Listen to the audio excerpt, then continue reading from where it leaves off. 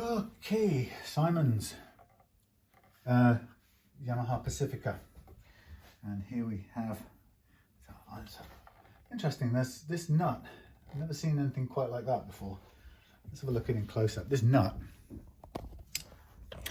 is floating in the air. It's floating in the air. You can see right through to the other side. That's quite unusual. That's very unusual. Wow. How about that? It's a first. 0.9. I can't get this. Oh no, let's go. Tell you what. Let's put it in slightly, slightly wide angle for once. I have no idea what this looks like. Actually, not that much different. Oh, you can see loads of things. Bendy things. Right. Anyway, I better plug it in. Come on, Samuel, get with it. Now look at it again, make sure it's in place. Really see that much better with that funny zoom. But anyway, let's leave it at that. So, I've just had I've just done some wiring for the last nearly 4 hours probably now, and I get to the end of wiring something with a wiring diagram that's supplied that's rubbish and doesn't work because it's wrong. It's written upside down, two mismatches of directions, everything's, I don't know who put it together, but it's wrong. Anyway, okay, so here we have Simon's Pacifica Yamaha 112 natural one. I think it's called a 112 JM, and all in this nice natural finish, and everything about it looks good. We've got fairly high action to begin with. Oh my goodness, this is amazing. What happened? Do you know what? Do you know what I think someone's done? You know what I think someone's done? I think somebody's deliberately taken the nut off, put a piece of scratch plate material under there, put it back on, glued it, and the piece of scratch plate, scratch plate's fallen out, whatever. I think they've set this up for a slide guitar and left it like that. Now, let's just have a quick look in the bag, see if there is a truss rod. Truss rod? No, you know what I'm looking for. Not that bendy thing. There isn't. Okay, I'll have to have a look on my emails to see what we agreed on that. But okay, so the first thing we can say is that, oh my heavens,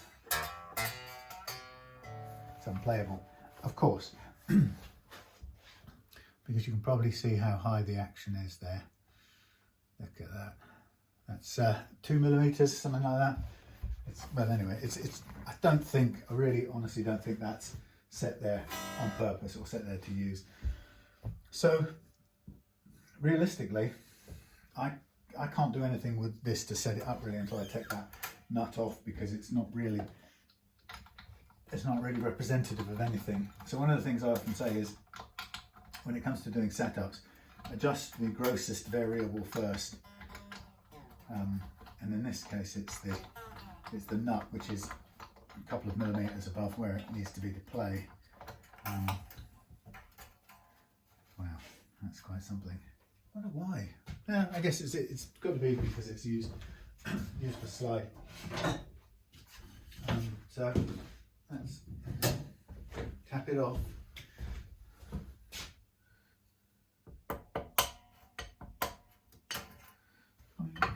Yeah, very interesting. So this is made of I think do they call it urea, or is it just a different kind of thing? It's quite a dense vitreous, I call it vitreous, but you know, that hard, very hard plastic. And here we have the tusk nut version.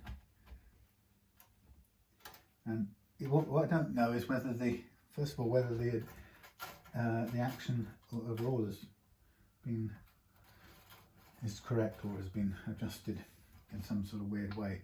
Let's have a look where it stands. One of the things I'm finding difficult is get reliable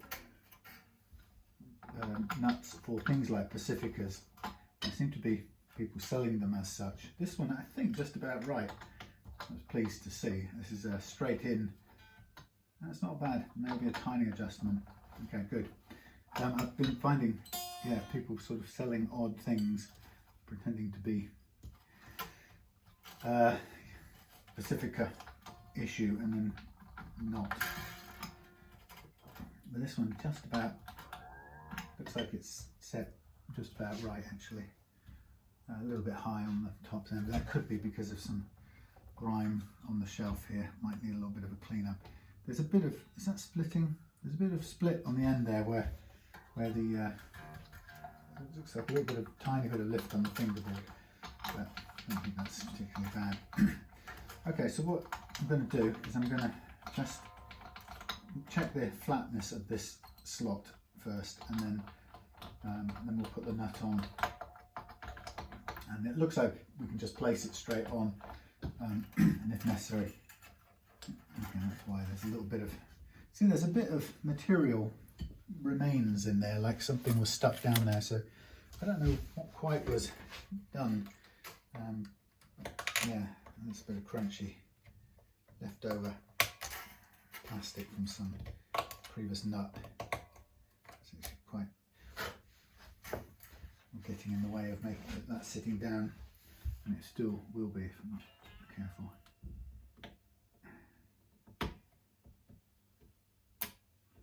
I'm just trying to even clear that out. Make sure that sits better. Again, it's that's, yeah, you can just push that in. That's actually fractionally. This is a fraction too wide, but I mean a whiff. So probably enough, or little enough, that we can take down on this piece here. As little as that, I would say. So, as I mentioned, I'm taking care of this aspect first. Yep, there you go, just enough to sit it in. So I can do everything I need to do with it just balanced in there, so I don't need to glue it in just this second. Let's put it under some load.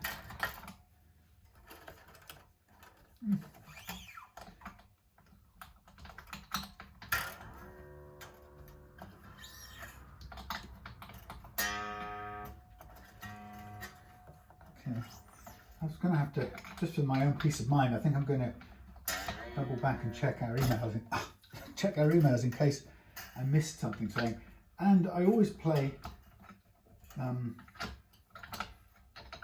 slide guitar, I must remember to tell you.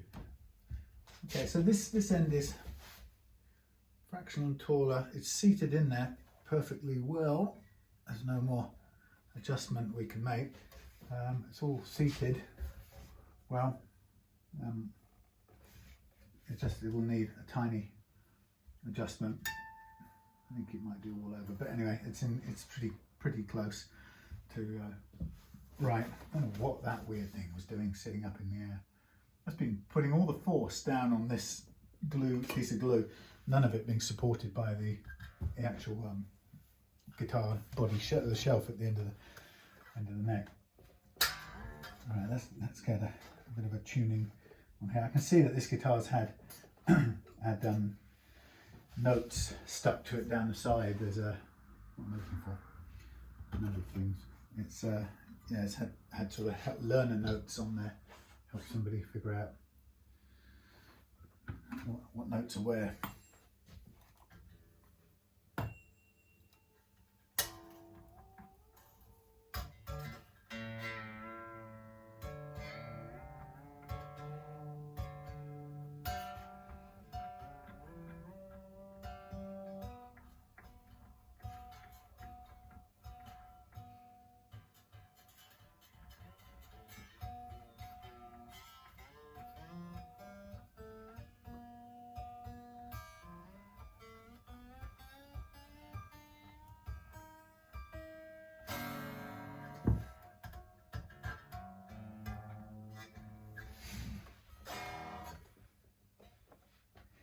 Okay, so we'll just get the basics roughly where we want them, first of all.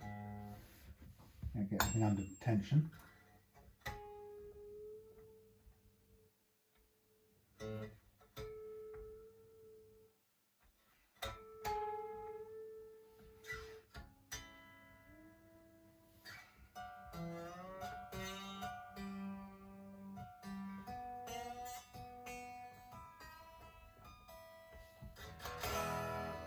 Okay, that's okay. So, all right, let's have a look at what we've got in the way of neck relief now. The neck relief is quite a lot. That's probably about 0.4, so we can adjust that down a bit. There we go.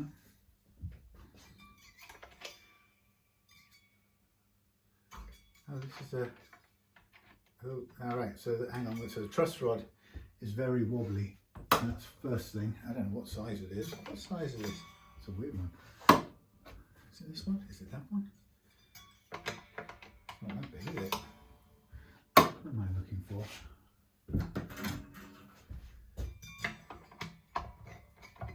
Okay.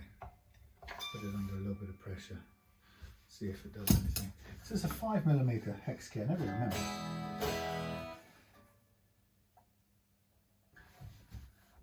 I'm not sure. Is this 5? It's got to be 5, isn't it? Yes, 5mm. Put tightness on it. Now I am definitely going to make this video called "Don't be afraid to crank your rods." Okay, that'll be good. Now, right. So that's that. Let's have a look at the last fret actions. We got too high, so let's get a little adjuster. Let's wind them down a bit to where they can be. And what I'll do is I'll stop the cameras in a minute, and I'm just going to go and have a check through my emails just to double check what Simon wants on this, because it's all a bit high. 1.5. Just under. That's good. That's not bad. Actually, that's quite good. It's a bit low. Mostly ends up where I would aim for, apart from a couple of strings.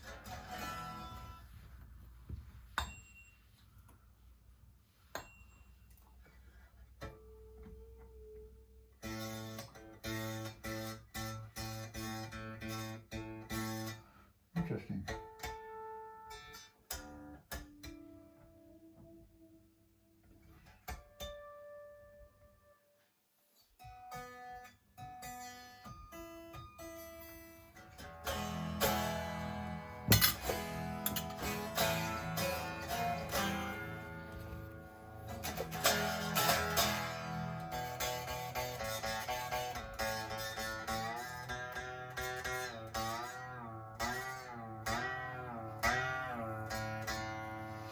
Interesting.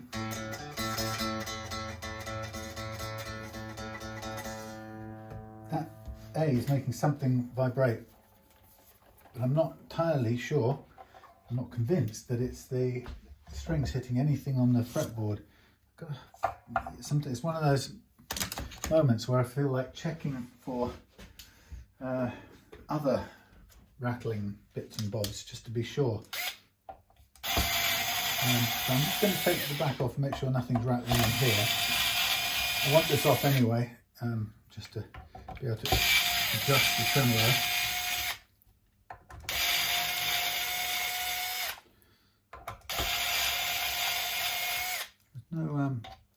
There's no felts on the strap buttons, which we can take care of. Okay.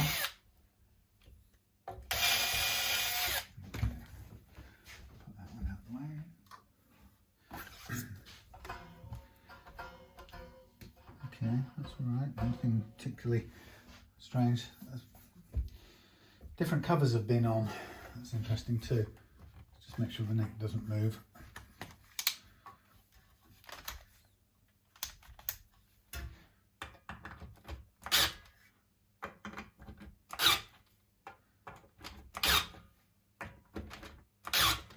Okay.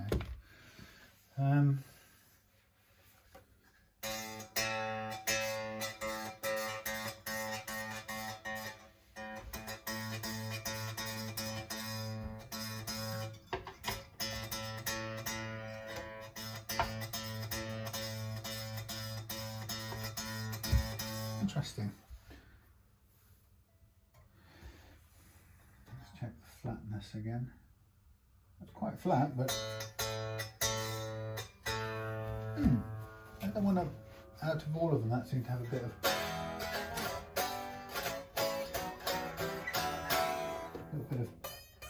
buzz.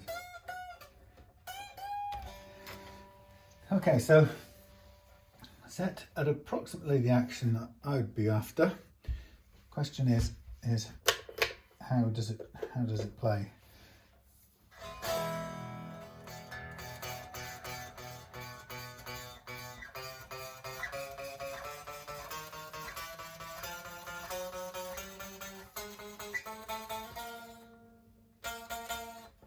See, you hear that? There's something, every single note on that string makes the same buzz, which is very odd. Oh, wait a minute. That's a bit where you go, is that touching the pickups? It's close, but not.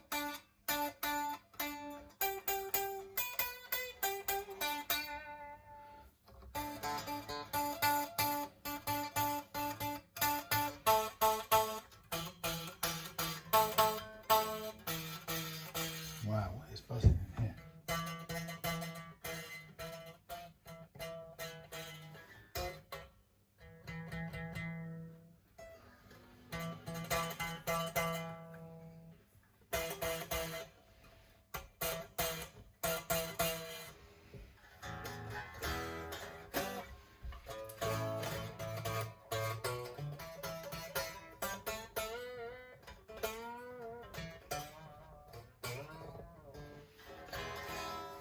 Interesting. Right, I'm going to stop for a minute, come back in a second. Okay, back again. Okay. A couple of little things I picked up. First of all, I didn't find out one of the things I was trying to find out, and that was what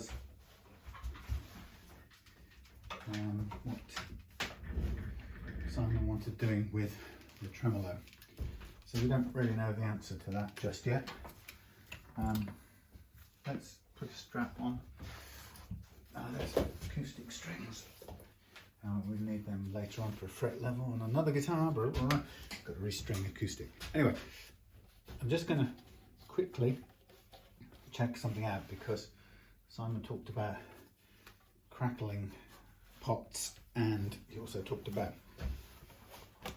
wasn't quite sure if the bridge pickup was working right. So let's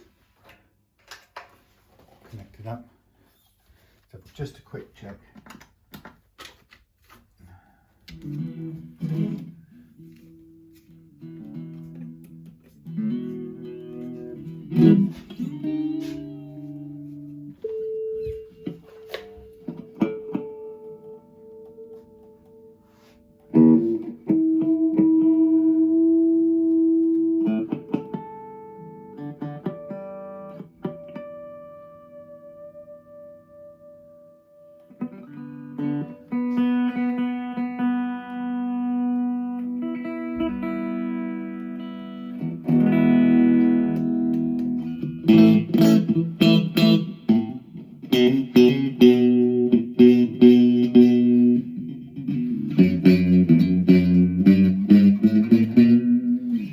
Yes, there's a lot of weird slap going on there, and I wonder, making me wonder about the shape of this neck. It's got relief in it. Is it even? Is it even? Yeah, doesn't look anything unusual. There's a bit raised there. It's a bit of a roller coaster on this side, but it's not that bad.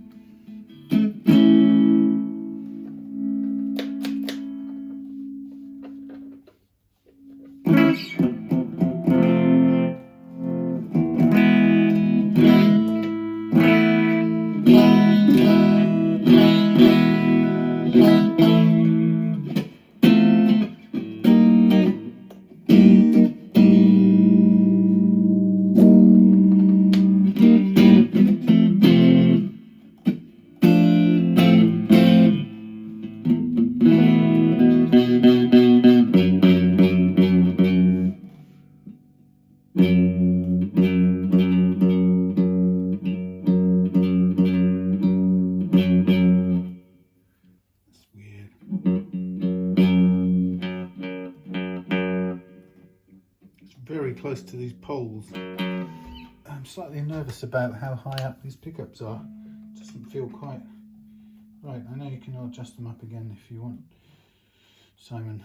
They're very, very close. The middle ones are extremely close to the centre pickup, so to the D strings. I wonder if that's having any weird effect. I'm just going to take them down for the time being, just so they're not quite as close.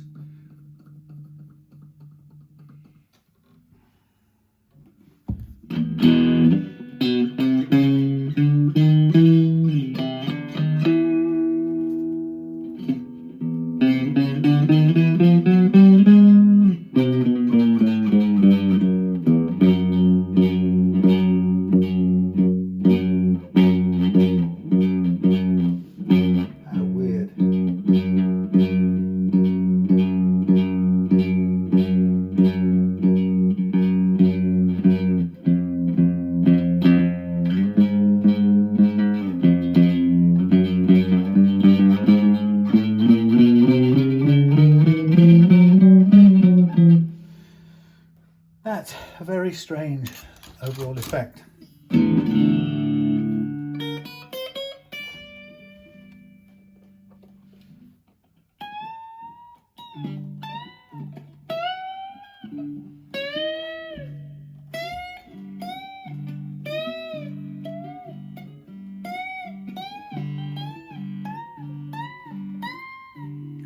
Ow! That's interesting. This is quite a weird thing. Well, first of all, the pickups are correctly wired, which is good. So there's no, oh, my back is in bad shape. Pickups are wired fine. Nothing wrong there. There's something very rattly about the way this plays.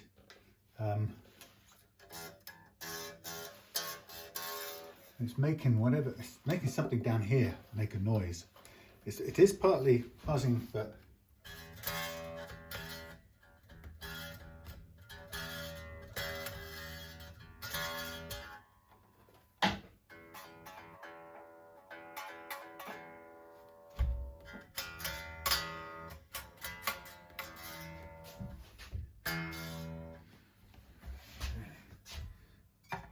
tighten it up so it can't be anything directly loose there.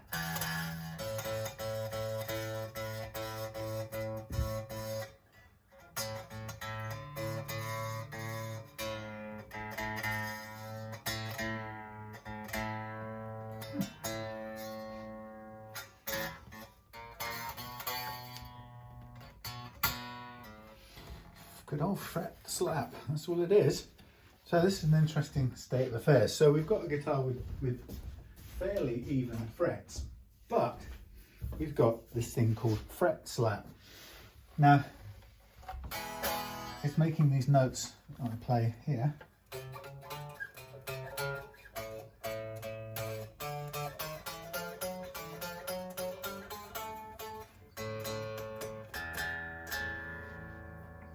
Something stopped rattling now. Weird, what is... That's a little bit of fret slap, but...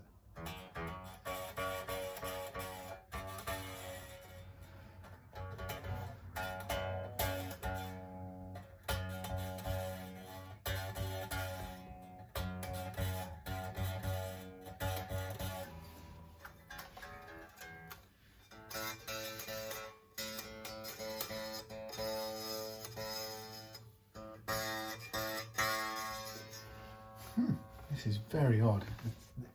I'm not entirely convinced it's to do with the frets, but what the hell else is there? I mean, all we could do is go underneath here and have a look below the scratch plate. I mean, the fact is, there will be uneven frets. That's always the case. So who knows exactly what's causing this at the moment? I'm a little bit stumped because it's quite an unusual amount of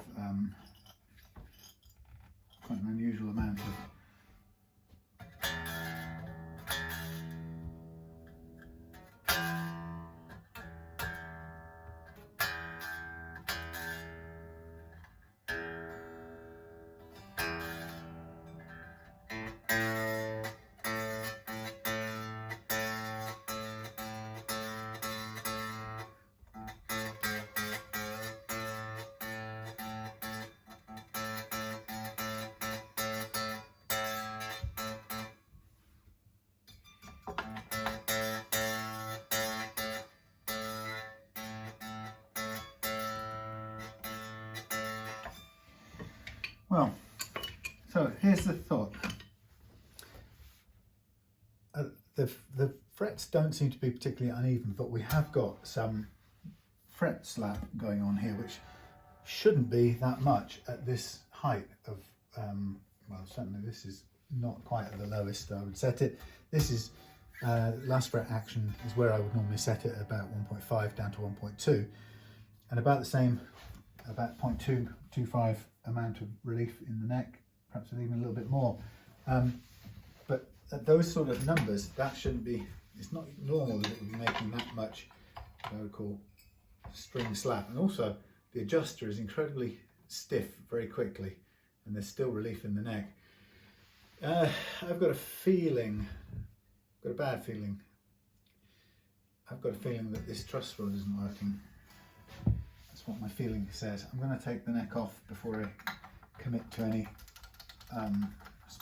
expenditure, as in before I spend any time and money on fret leveling. If the neck actually isn't changing shape in response to the truss rod adjustment, then we may be stopping and asking the question, do we carry on, or is it worth it? So let's take the neck off for a minute. I want to have a good look at this. Let's just put a capo on here for a minute. Hold these. Let's just hold them so they don't all come unwinding off there. It's not the end of the world if they do, but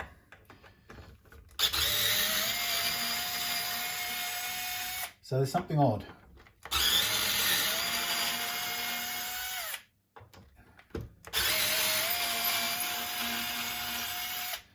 Normally, if I were to,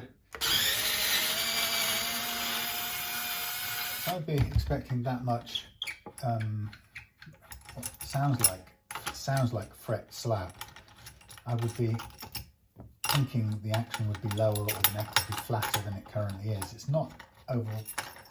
It's not strikingly low, and there's usually a guitar like this will play without that sort of noise. So I'm kind of just interested whether there's something happening with this neck that I don't know about. I think we do need to take the strings off, actually.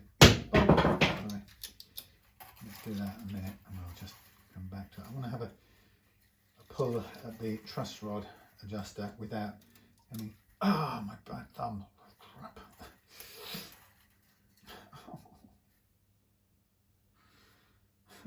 Oh. My split thumb from where I carved a hole in it the other day with one of my blades. Right, okay, so nothing untowards about that. It's now mostly flattened out. Nothing unusual about it, but there doesn't seem to be much leeway for adjustment, and so I'm a little bit surprised. Is this the Mexico? Oh, no. Okay, that's all right. So that was, of course, I didn't glue it on, did I? Hello. Oh, talk about good shot. That's right at the back. Maybe it's not magnetic, but let's see if I can get it out.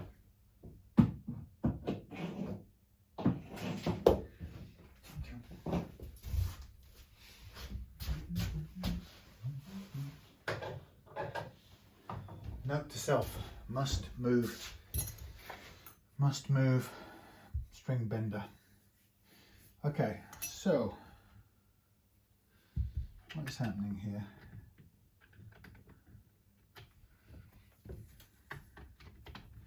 This isn't, what's happening is it's not adjusting a huge amount, and I wonder if it's, has it given up the ghost?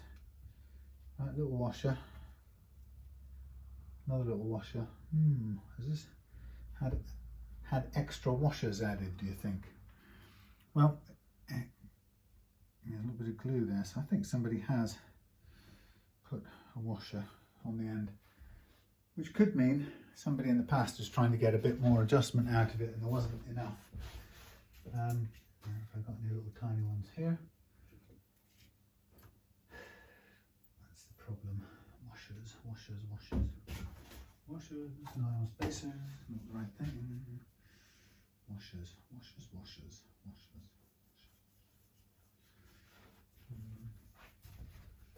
Look over here.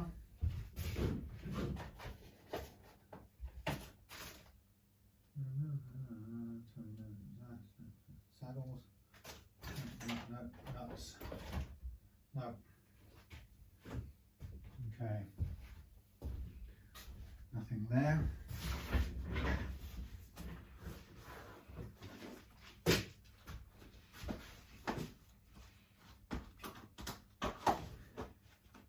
One of those days, isn't it, when nothing's straightforward. String, strap button felts, that's empty. Got some more in there. Acoustic pins, black, I'll need those. Another thing. Right, washers, washers, washers. Got none, got none, got none. Okay.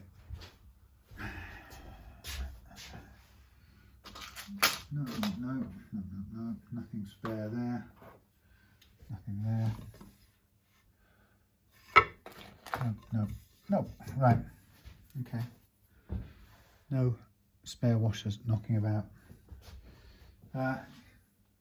Could go and hunt some down a little later on, but that looks like it's had glue put on it so that somebody's been able to push it up the end there and get it on, because without that you're in a difficult situation. So that's been added, and I'm going to need to do the same if I'm going to return it back. But I'll instead do it with a bit of grease. It's just as well if it's got some grease on the end as glue. So there it sits. So this is a fairly common method of getting a bit of play. That's not a very good way of doing it. A good method of getting some, restoring some play into, or some bite I should say, into a tired truss rod adjuster.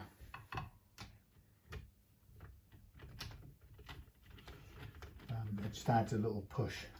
So this might be running out of push because it gets to the end of its travel and tightens up where it can't go any further. I'm just going to test this to make sure that I want it to back bow a little bit so I'm convinced it's working. If it is, then if I'm sure it's working, then it's worth putting the time and effort into. Yeah, I think so. Putting the time and effort into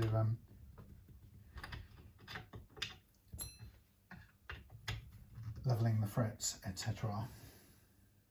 Yeah, not a lot of travel, that's all.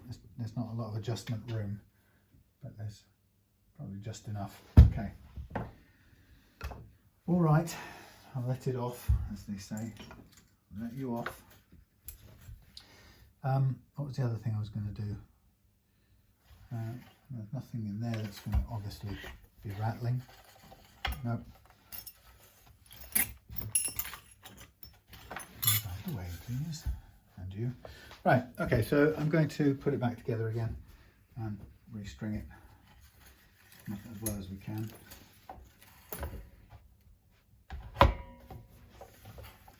And then we'll level the frets.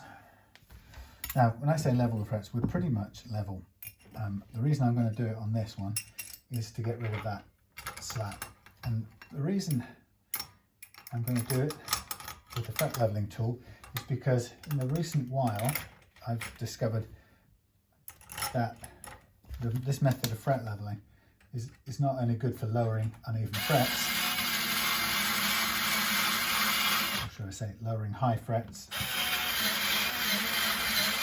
and leveling out spots with low frets, but it's also very good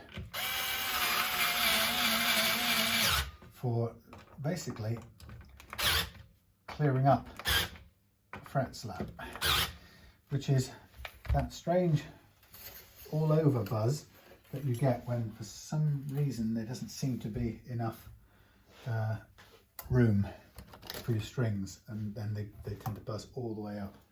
So I'm just going to mark off these frets first of all, being very careful because it's a maple board and we don't want to get a pen on it.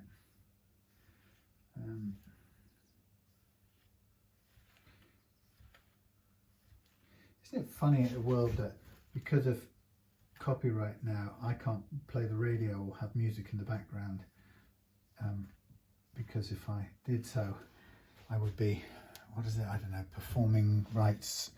I would be deemed to be rebroadcasting somebody's tunes, and I'd have to have a special license, and I certainly wouldn't be able to use it in a YouTube video anyway.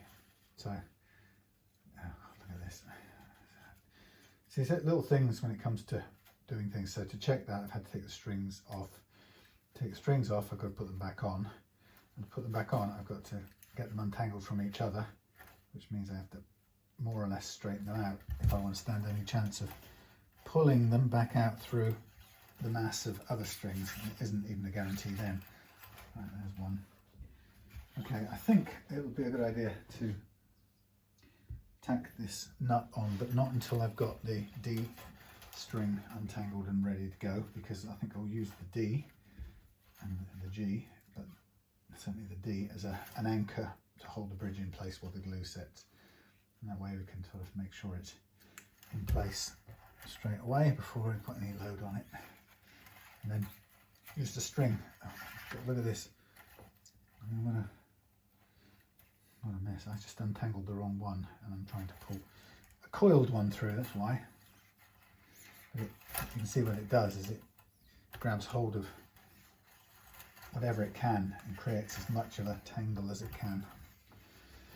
Right, let's help ourselves a little bit. The D, let's put it on.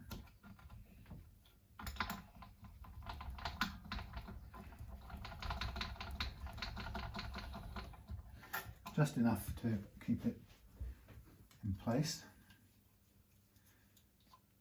Oh, that's not good. The whole thing to come off. Okay.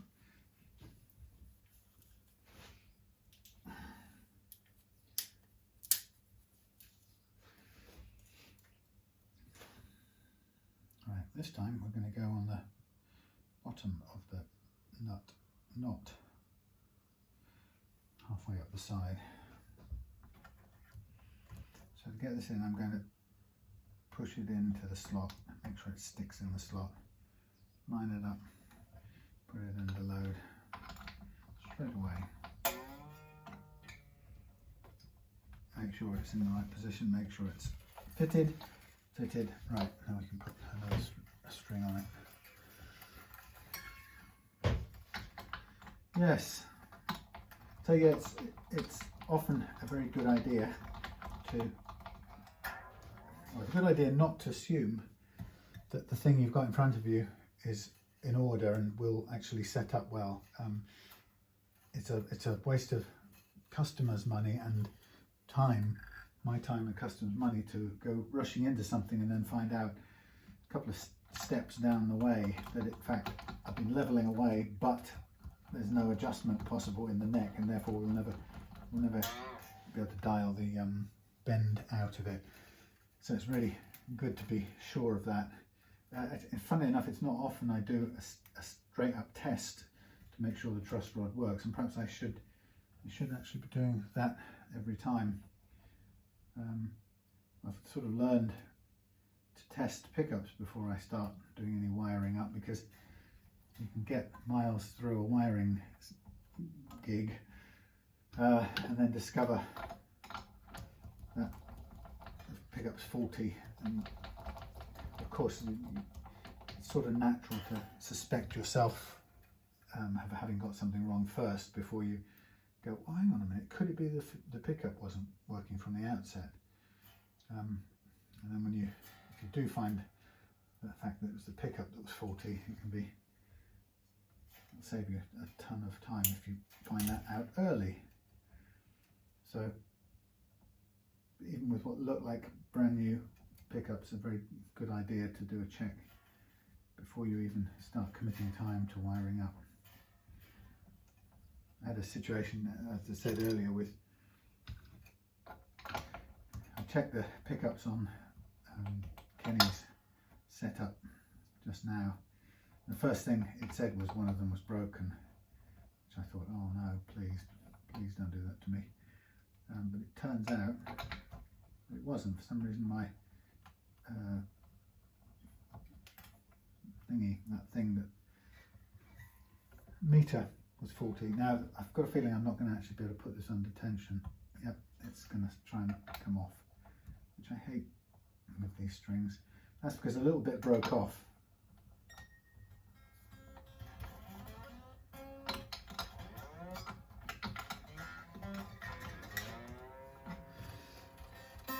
We'll see. We might just get away with it. Anyway, so yeah, check things. I've actually gone and refretted necks in the past before I realised too late that the truss rod wouldn't adjust. I've had to throw the whole refret away because there's nothing you can do with it. The idea that some people have that you can sort of whip off a fingerboard, change a pesky truss rod, and then put it all back together again is not the case.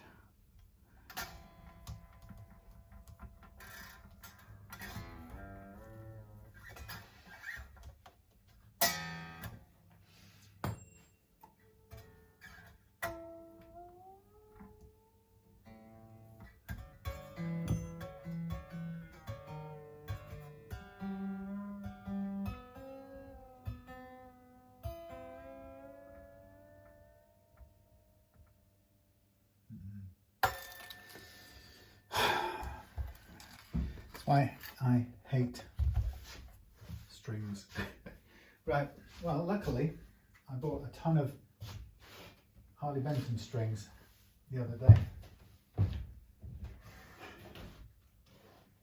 which will allow me to sacrifice a relatively inexpensive string instead of an expensive one.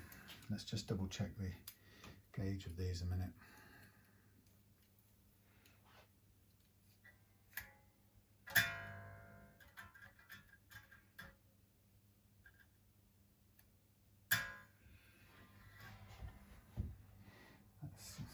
It's claiming to be 40. Well, it's more like 9s. 9s? Feels like 10s. It must be 9s. Anyway, so what was I going to say? Yes, anyway, so a whole pack of third string. Any chance of getting just the first one out? Thank you.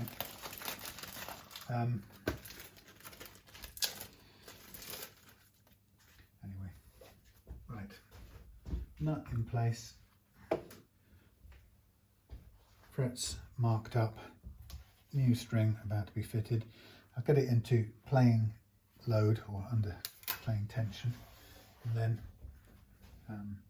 we'll be ready to fret level. Now, as I say, fret level is a bit of a strange term in this case because I'm not really leveling the frets for levelness' sake, because the guitar plays pretty well. It's using first looking to get the secondary effect of the leveling process, which is the fact that it sort of scoops out congested shape of the neck where you would be otherwise be getting fret slap, which is where the string hasn't got enough room to move, and that's because the what we think of as a curve in the neck actually turns out to be an imprecise curve. And what's interesting is that the curve that we set in the leveling tool ends up being actually more perfect and more of an ideal curve than the real bumpy curve in this guitar. So it seems to be the bumpiness or the imperfection of the curved neck, the fact it's made of wood and it's got frets more or less bunched. Wow.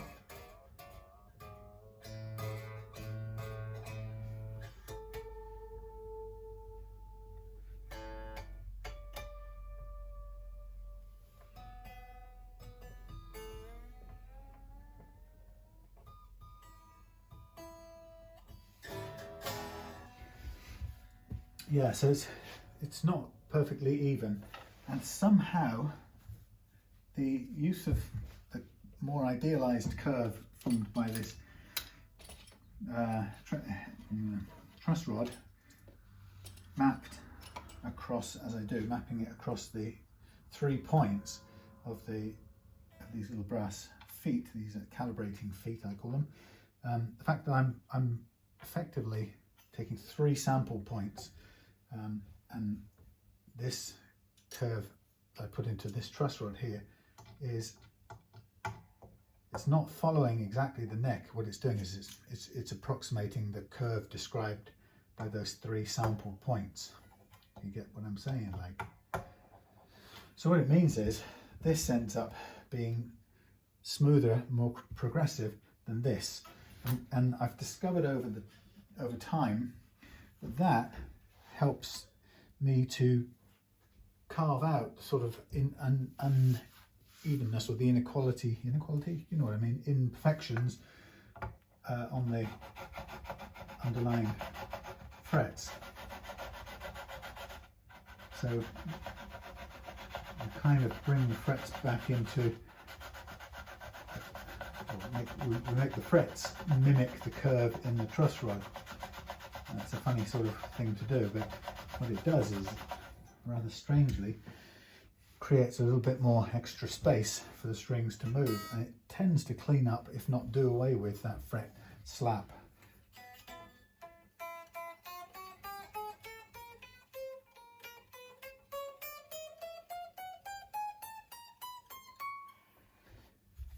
Pretty good. I'll give it one more little go.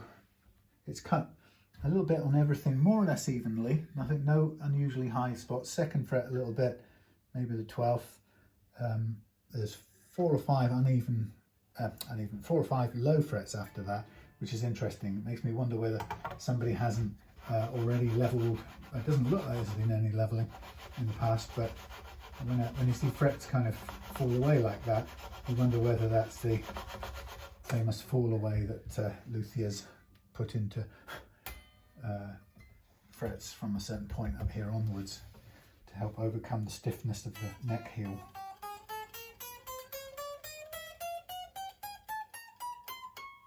It's pretty good. Let's hear out the 2nd string, B.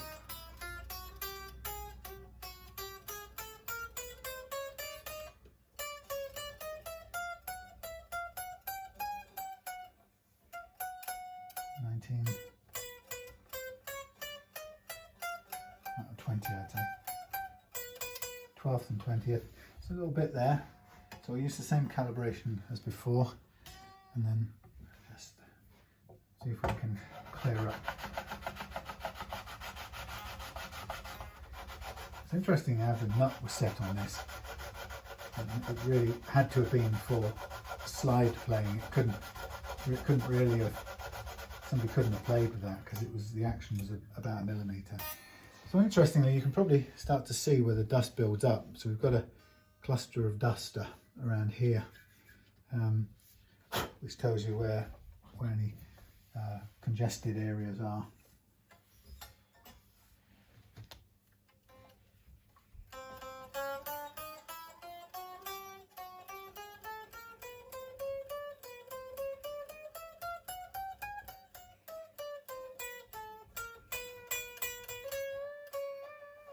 Pretty good. We'll recalibrate it now for the G track, and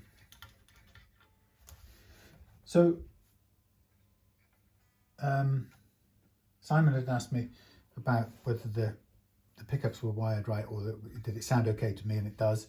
They're not out of sequence or anything, so that's good. The other thing is he mentioned a bit of crackle. I couldn't find any crackle on the pots when I was operating them. I'll listen again a bit later.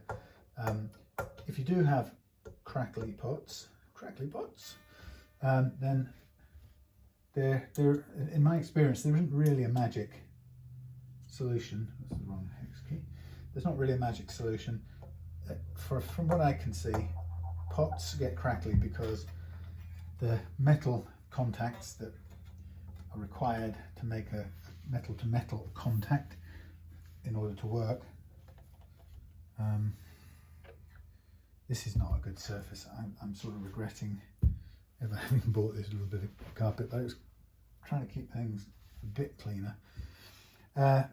Yes, so in my experience, the thing that stops the contact being made properly is when kind of grease, airborne grease and dust to kind of coagulate together and stick to the metal or coat the components that are supposed to touch each other and make contact. And if they can't make contact, or if there's something kind of half preventing that contact, you'll get a sort of crackling, rustling noise that's horrible.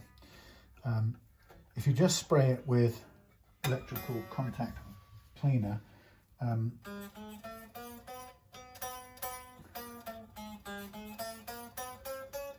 won't do that much. Let me just check, because I've cranked the truss rod since then. That should be all right, you know.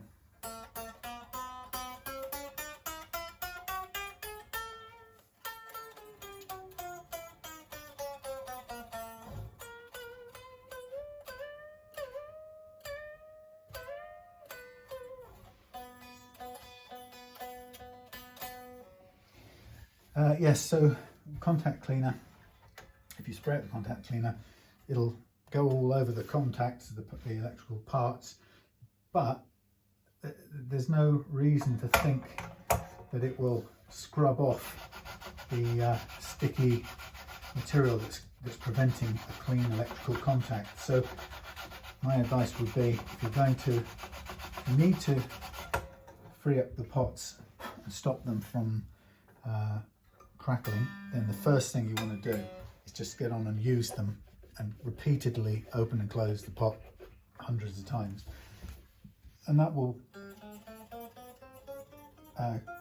force a contact by friction. If at the same time you want to spray on some contact cleaner and then crank the knob 1,000 times, do so, because that will only help, will only make things a bit better. But just spraying it on its own won't, in my experience, do an awful lot. As soon as it's evaporated, it will still not do, it will do even less. So, you know, it's in a way, I think it acts as a solvent, but it softens up the crud that's preventing a good electrical contact. But I don't think it can really do much unless you scrape that remains of that softened crud away, and unless you're operating the pot, or you can get inside the pot, which we can't, then you're going to not really clean the metal faces that make contact with each other, and that's what you want to be able to do. So this is just riding up over that first fret, clunking into it occasionally. So just having a feel of what's going on.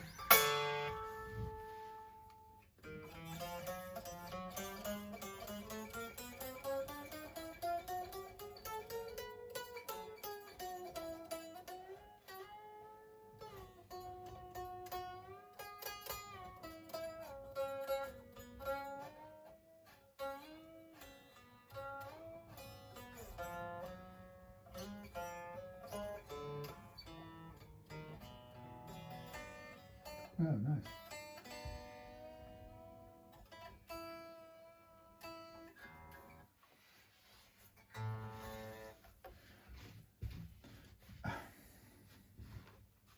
Just listen to the A string a minute.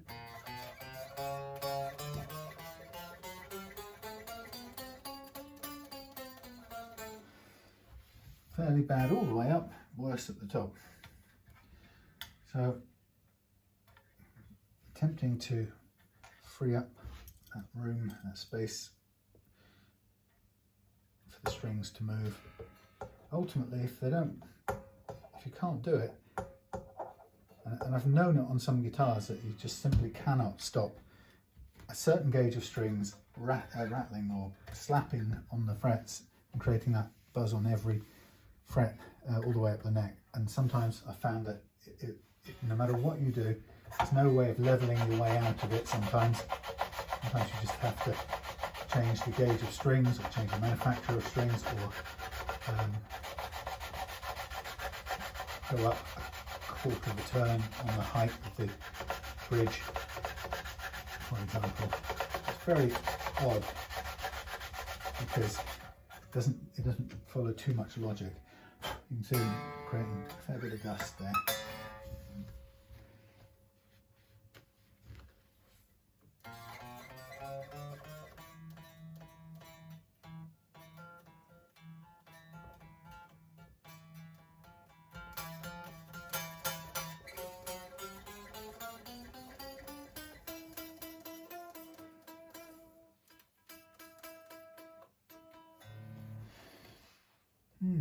One thing I would like to try with this, I'm just going through this now, sort of, I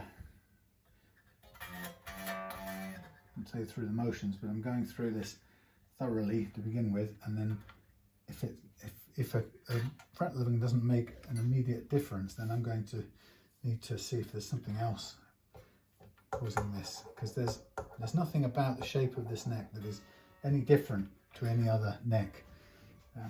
It'll be more or less as imperfect or good as any other neck. And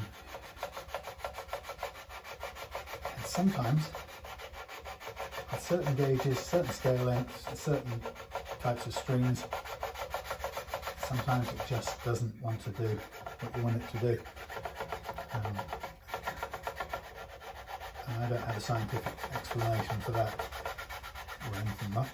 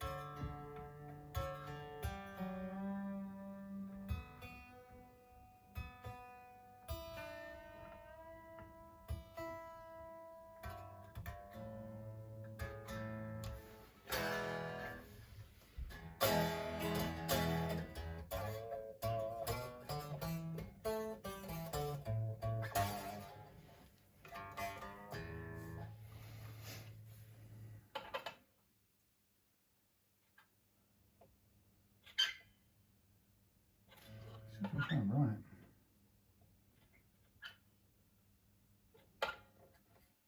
It's a little low on those, but not much.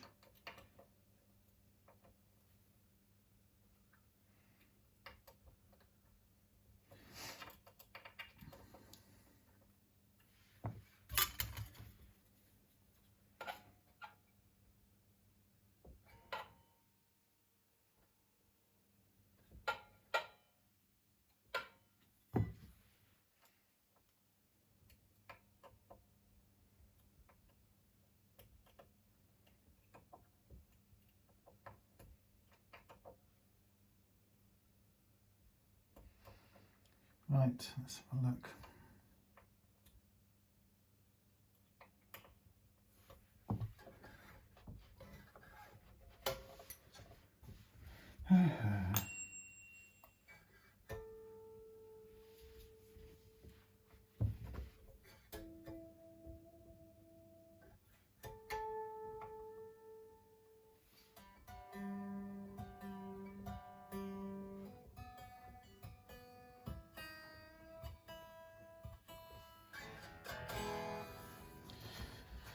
Okay, what have we got?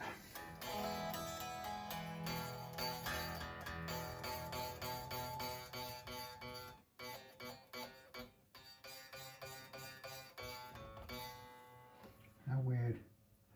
Neck, if the last fret action is good, I should be able to get there on a guitar like this.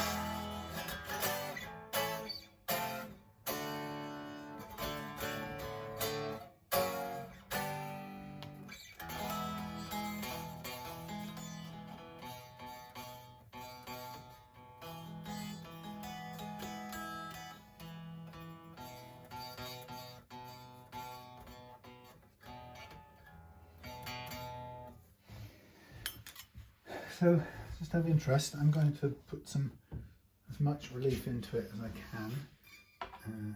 Not relief, sorry. I'm kind of tighten it. Sorry, yes, I was going to put some more in. I'm just looking at this now. It's as tight as it really wants to go, and there's still some relief in there. So I don't think we'd get it flat, even if we wanted to.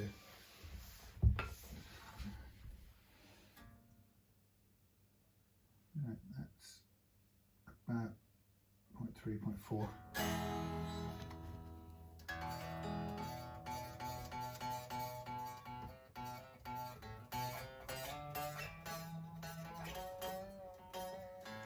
That's interesting. So, why do some guitars put up such a fight? So that is more relief than I would ideally want. So I'm going to go back to where I want it. But as for that's not flat. It's tightened. I mean, that's the adjuster as tight as it will go, and that's still about 0.152.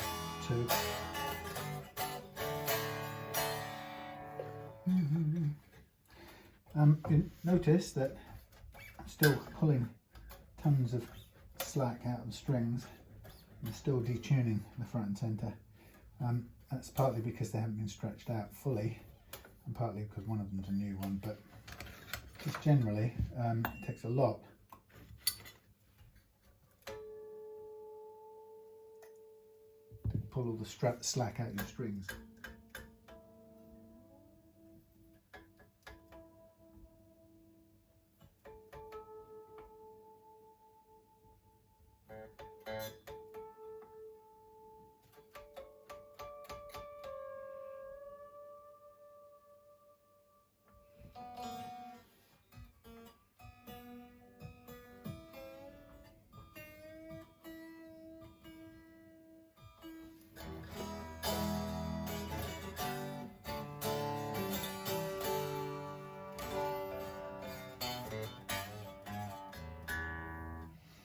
Very strange. Occasionally I get it and they just will not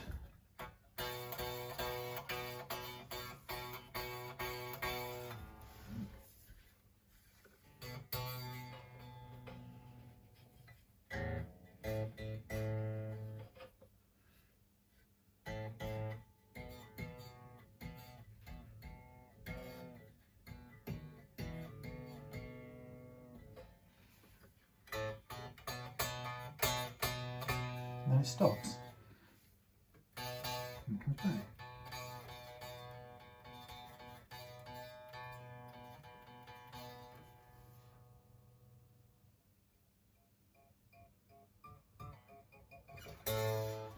I'm not convinced this is hitting the frets, you know. There's something in the structure of this neck that is buzzing. It's doing my head in completely.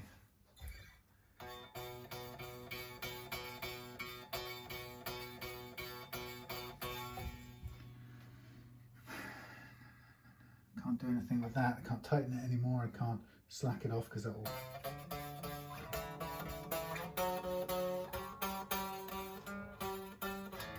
continue to rattle.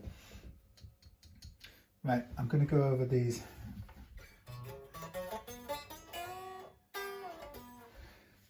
bottom three one more time, and then I'm going to call it quits on this, and then I'm going to have a look under the hood a bit later on and make sure that something in this guitar that I can't see isn't oscillating.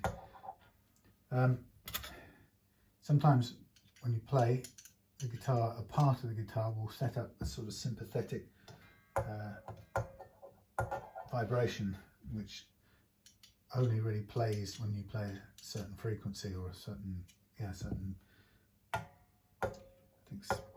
certain frequency. But this seems to be constant all the way up, and yet there seems to be a clear gap, which doesn't explain, or doesn't really give me a good explanation of why it would continue to buzz. So I'm just going to very gently the last little bit on here.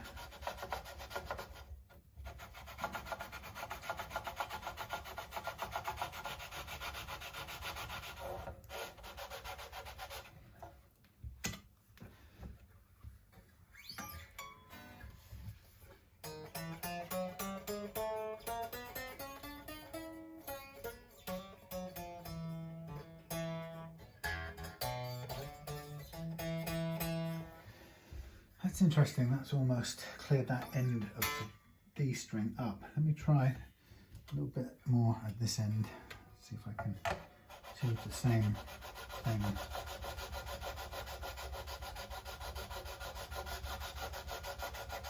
Sometimes it is just a matter of doing enough, because sometimes whatever the shape or the undulation of the neck is that causes this to buzz.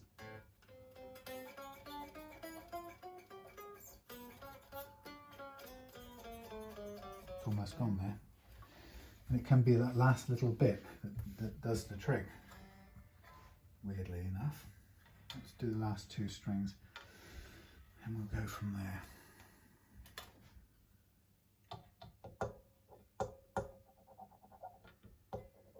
Okay, calibrated correctly.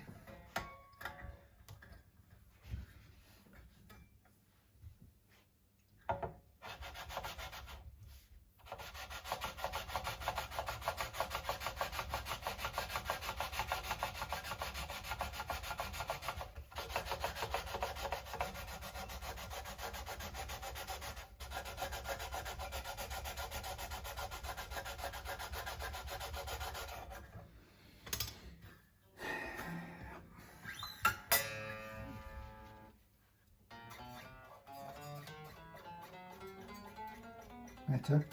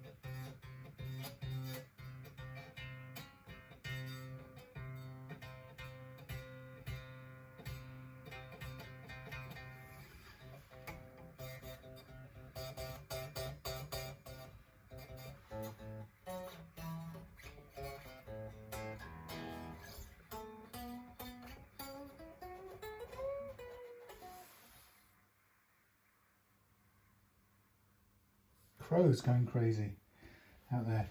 Right, I'm going to do the E one more time, then I'm stopping. I'm going to recrown and consider where we stand. I wonder if the Pacifica has been sent to torment me. Is it because I accused you of having an anonymous default set of pickups? Oh, Pacifica. Is it? Is it really?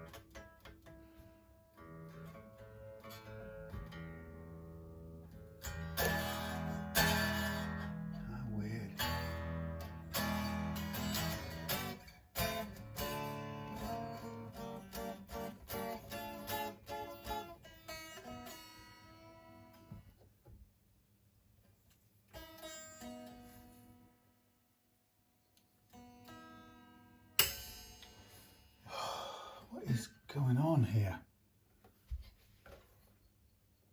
Is that the Harley Benton ball breaking off?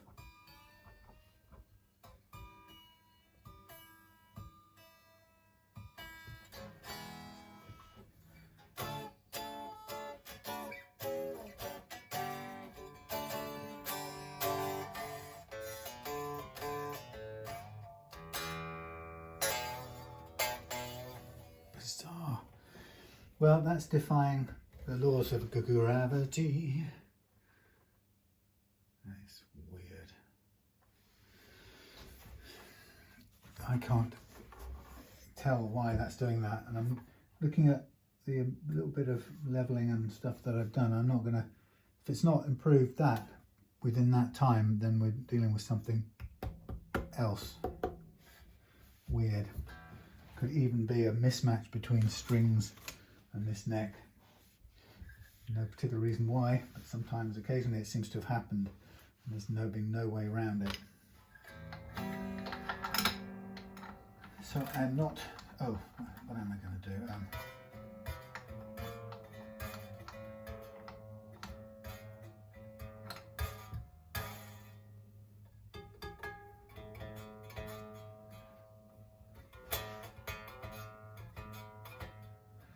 There's something. I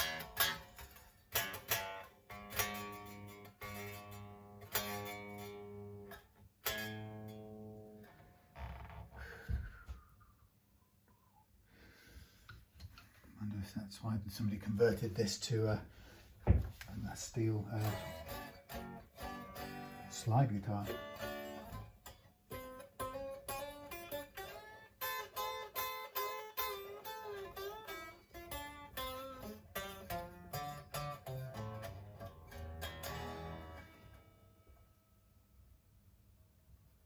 Okay, that's flattened out.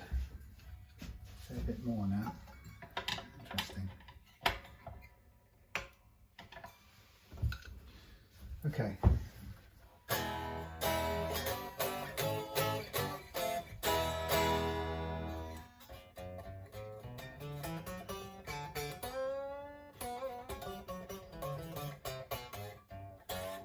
It's not too bad. It's close. Close. Let's take care of the frets. Let's re-crown them. Let's then polish them out, clean everything up, and I'll leave any tiny adjustment on the nut slots till right at the end. Actually, I'm looking at it and I'm not sure I need to do any, which is really good. That's what I'd. Oh Christ! Sorry, my split thumb. I would hope that it would be a nice fit like that. I was pleasantly surprised that it was.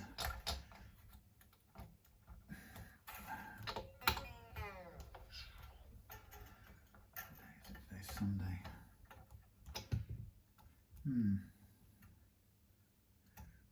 Alright, let me cut this off because it's just going to fight me.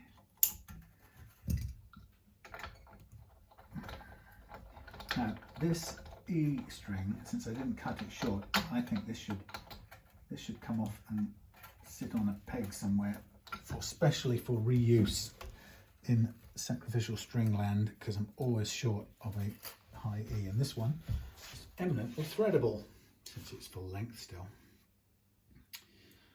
Okay, get this up there without too much tanglement. Maybe. Right, there you go, stick that to there. That's a spare high E tangled up there. Let's get rid of all of these. So I think just about there with it, it's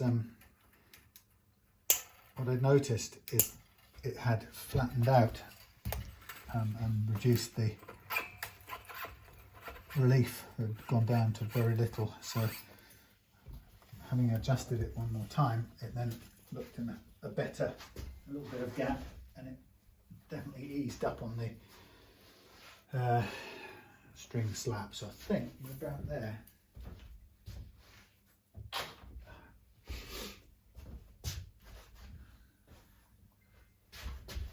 Brush off, followed by wipe off.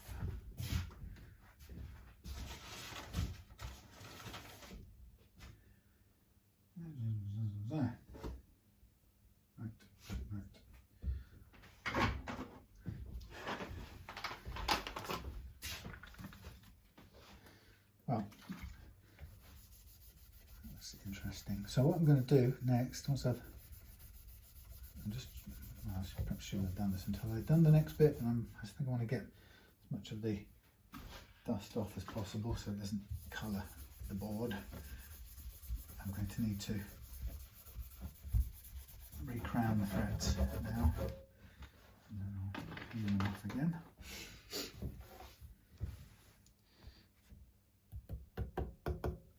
Nothing is rattling under there, but it's like transmitting through the truss rod, whatever was causing that rattle, or it was amplifying through the end of the truss rod. You can really hear it from that end. Okay, so now I'm going to re-crown the frets, and it's going to be a process of taking off, rounding off the squared off shoulders that I've put on these frets since I leveled them a little bit, so they'll be slightly flattened on top, and then to restore them to a nice arch shape, which is what they want to be for proper intonation, and re-crown them using the Stumac fret crowning tool, and I'll use it on the medium side of things.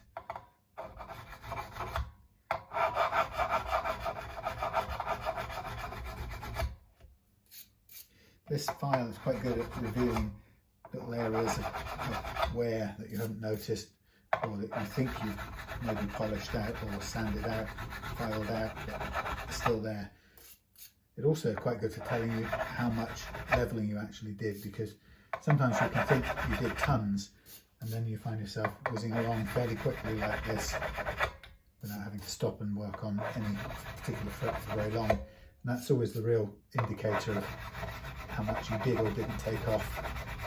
If you're there sort of a couple of minutes working on a single fret at this stage, then you can be sure that that fret, either I hit that fret fairly hard in the levelling, that was a bit harder, that one, or it's very common that somebody has in the past and that you've just effectively levelled on top of that, so you've kind of rediscovered a plateau that was already there. It's quite often I come across that. It's a bit of a shock because you think, God, did I really flatten it out that much? And you realise you couldn't possibly have done, and none of the other frets around it, strangely, are that flattened. So it usually points to somebody having done a levelling in the past to cure or fix a certain problem. And this one's a bit more work to do.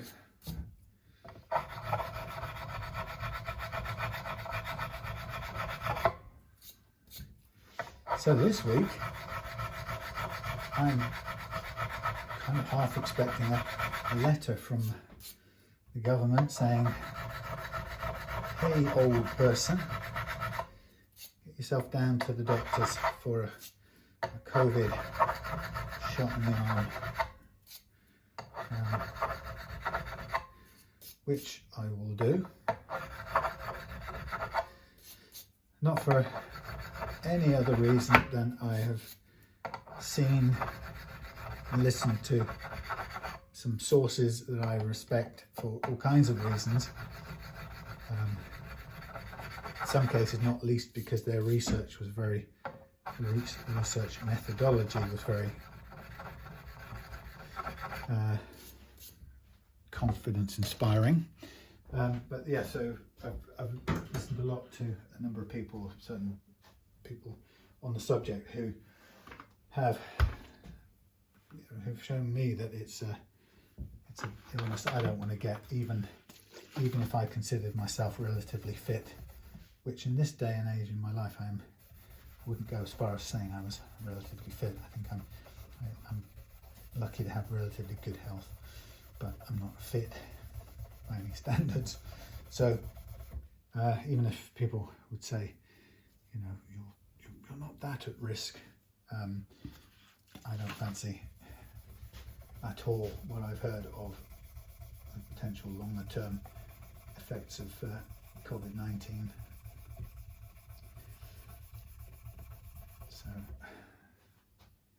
and I don't buy into anybody's an idea that somebody's doing us all a big dirty by making us take something that's knowingly.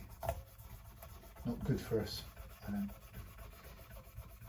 I think the world is, apart from certain countries, Mr. Putin, we won't mention you, but by and large, I tend to think the world is more greedy and grubby than it is Machiavellian. Is that the right word?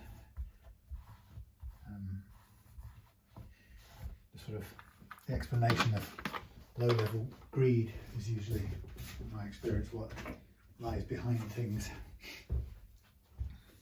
Okay. So now it's time to tell you what I'm going to do. I'm going to take this bridge out because it could do with a clean. It's a bit grubby, and there's no reason why it shouldn't shine a bit more than it currently does. And it won't take long to do. I didn't check the intonation, so you may find that is needs taken care of as well.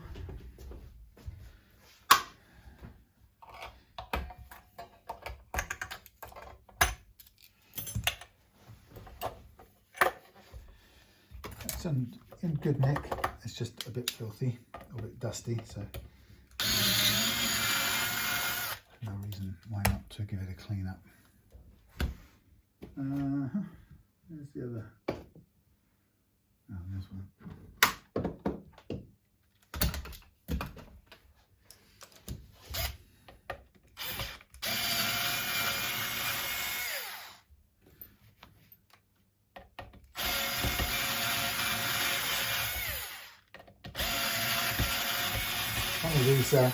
These screws are going in at all manner of weird angle.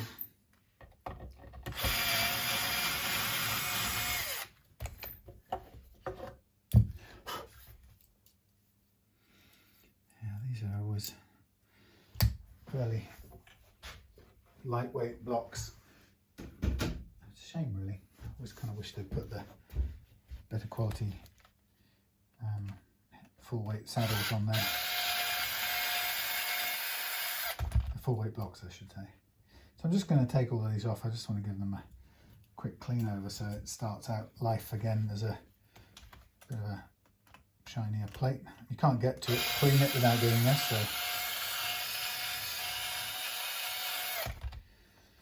right, yeah. I was going to be packing up some things tonight, but I think I'll take Kenny's circuit home, but it's one of those things where, having rigged it up as close to setup that the wiring diagram gives, even though it was wrong, it does something that I've heard is quite common when you use on and off switches, and I've forgotten what the solution or way around it is, but it means that when you switch all three off into the off position in a double-sided double pole on off on switch,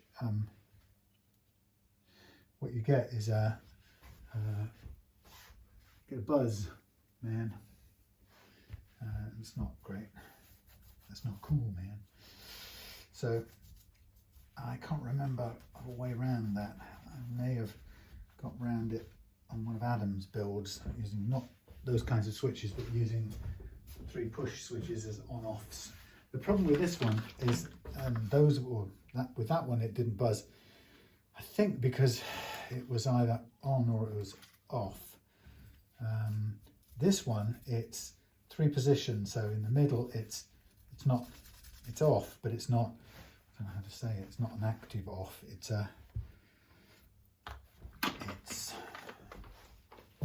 in Adam's, it just broke the signal. So but for some reason in this one, it breaks the signal, but it buzzes when all 3 are off, whereas a grounding hum. And I've heard people talk about that before, saying, oh, I can't do it because I can't use these switches because ... When all 3 are off, you get a buzz. And it's got something to do with, I'm no wiring expert, but it's got something to do with the fact that there's no path to, no complete signal. So when it's in one or two of the pickup select positions, so either the full humbucker or the coil split, there's a complete circuit. When you go to the middle position, there is no complete circuit, and so something is ungrounded as a result, and that is what I don't quite know the way around.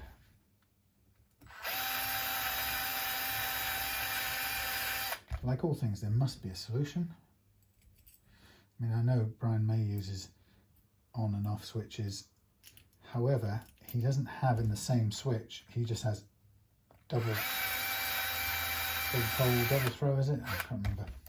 He has on off, and then a separate switch is phase switch.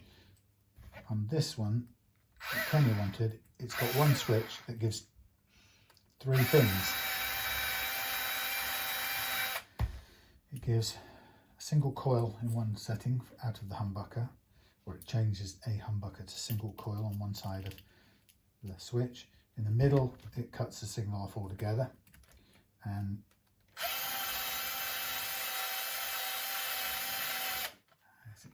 is it because they're all going to the same pole, same lug? I think it might be. I'm not really sure the way around it. I'll have to look it up. But I was hoping that would be finished tonight, but first of all, the wiring diagram was wrong from the outset, which wasn't very great. And then after that, we've got this hum, which I don't want.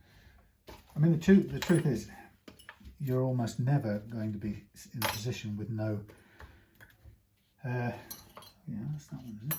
With no pickups on. Although, you know, people might want to be. You might be quiet a bit when you're, you know, you're not playing something. You're standing off to the side, and rather than turn your volume down, you might just want to leave your switches all in the middle. This is badly wonky.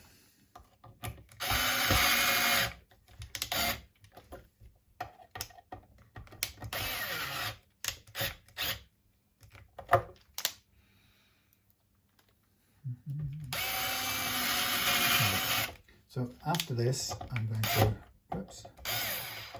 to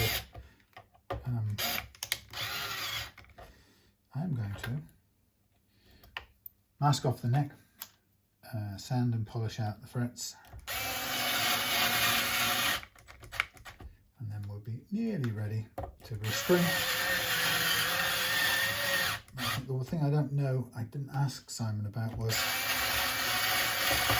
the tremolo, and I think because it doesn't have it didn't come with a tremolo arm, I think that might be the answer I need, i.e. what's happening with the tremolo? Nothing. Little secret is get these outer two so that they're just sitting and begin to move, and the same with all of them really, although the outer two are the most critical to get right. These can be, the rest of them can be stood back a little bit more without any negative consequences, but ideally all of them should be about the same level. But the real sort of important ones are the outer two. If you get them to the right height, the tremolo will operate pretty well if you want it to. So I've probably got a spare one in a jar over there or something, so I'll dig that out if Simon wants it. This is it's quite a stretch, so this is locked pretty hard down at the moment.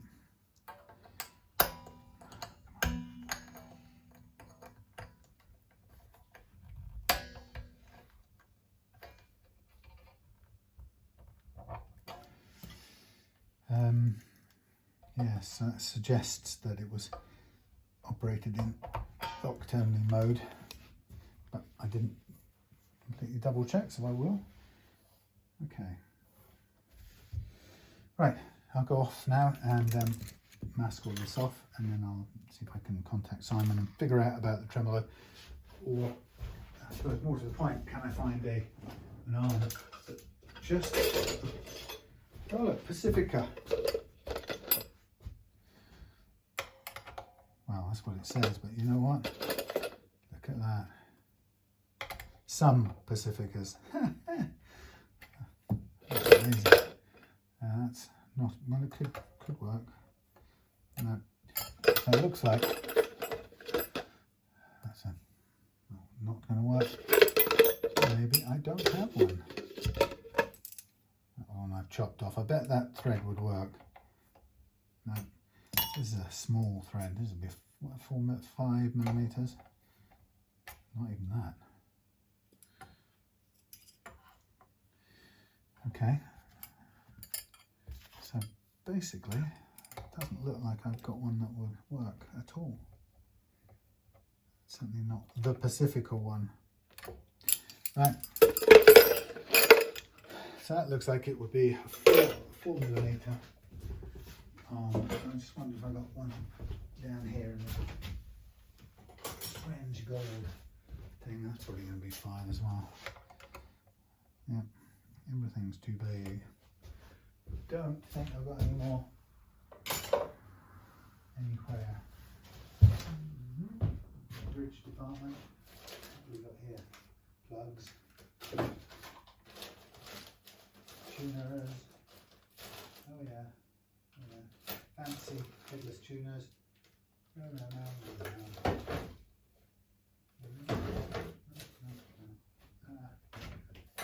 Floyd Rose style, that's no good. Okay, well, let's hope it's we'll leave it where it is, locked down, because there's no alternative really. Okay, so time to tape it all off and start nice going. Time to tip it all off, and we will polish it out, sand it out, polish it out. I'll come back when that's done. Okay, see you in a minute. Here we go, video. Right. Ladies and gents, oh blimey. Ladies and gents, we are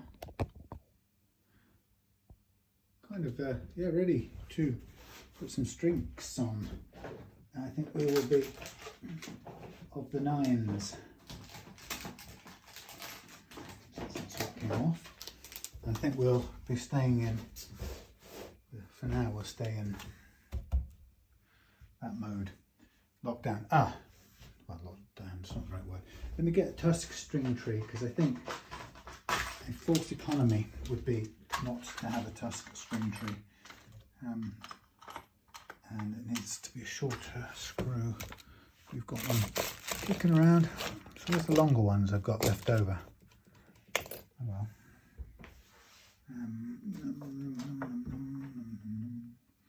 Okay, I need a day off this week just to tidy up. That's what I need. I surely do.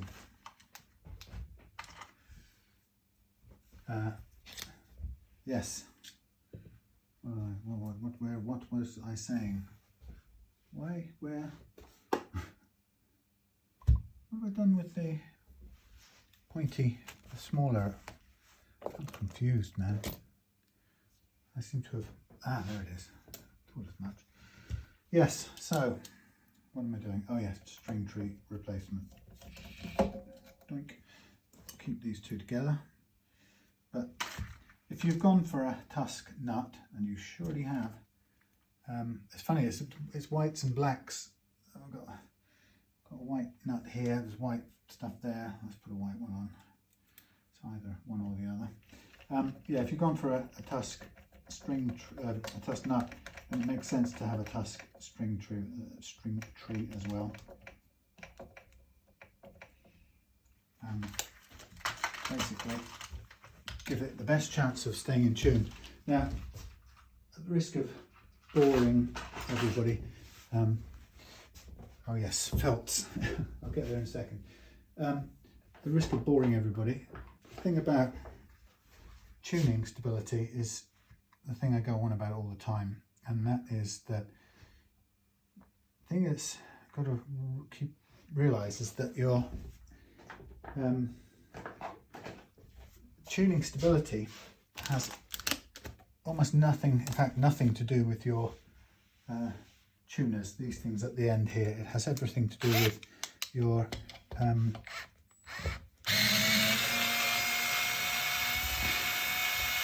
nut slots and how well stretched your strings are. So the condition of the nut is critical. This has been this is another of those guitars, I think this has been dropped on its end, and it's pressure, it's pushed in the wood and it's split the poly around the wood, which is quite common. But anyway, I'll give it a padding. Take the torque down quite a bit so we don't push it too hard. Nice. Yes, so the tuning stability, yeah, weirdly has nothing to do with your tuners. And a lot of people think it does, and a lot of people give advice when people are having tuning issues, and people advise each other to spend money on tuners. Well, I mean, there's always a good reason for spending money on tuners, and that is that it makes the experience of tuning the guitar smoother and more precise, as in precise in terms of the movements you make. But it won't keep it in tune any more or less than cheap tuners. It's just a much nicer experience of tuning the guitar. So every good reason to invest in quality tuners. Most of the budget guitars come with a 15 to 1 ratio tuners, and what you really want is 19 to 1 or above, and that's what I would normally go for.